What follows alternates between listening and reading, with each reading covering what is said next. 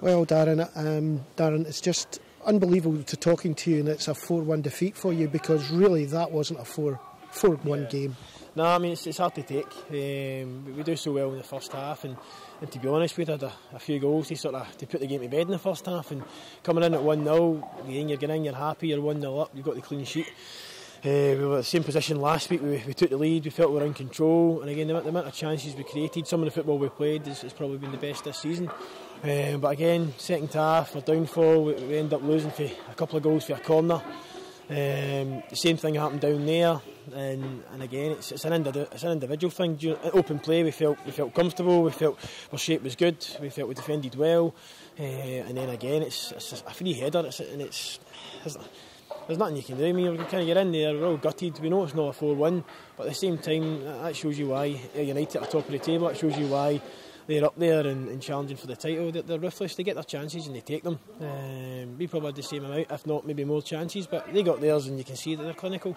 I mean, they've got good players. A lot of guys are a full-time team, but again, we're frustrated, disappointed, gutted to come away in the manner we did with that defeat.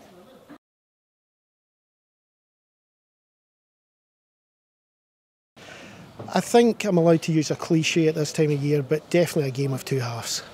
Yeah, but I mean, we had a couple of half chances in the first half, but we were poor in the first half, and maybe it was the set-up of the team, maybe that was my fault, but Jamie didn't look at home on this surface, and East Fife, I've got to say, played really, really well. I mean, I bet damn hopes they play like that every week, because they were terrific. And we were only 1-0 down, and it maybe could have been 2. But then we changed at half-time, and changed the shape of the team, and basically just went for it. Just got the bugles out and just went for it. And although East Fife, I thought, played quite well in the second half we looked like scoring every time we went up the park.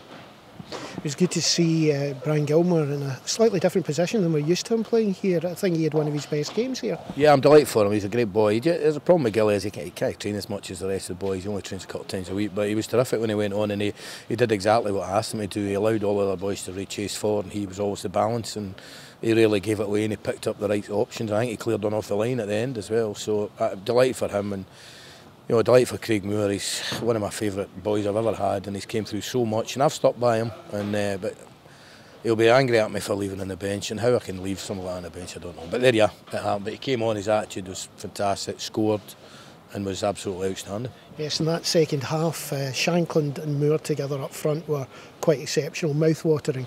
Yes, we might have to think about putting Michael Moffat back in midfield earlier in his career than I thought, because it's hard to keep him out of the team now. It gives you heart attacks to play, playing that way, because there's no real defensive balance at times. And Geoghegan did terrifically well coming in there, because he's done 1 day of training since he came back. And do you know what? It's just a great day for the fans and for us. And with Rafe not playing, it obviously increases the gap at the top. And it was a great day for us. And East Fife, I would say, are a good side, and they should certainly make the playoffs.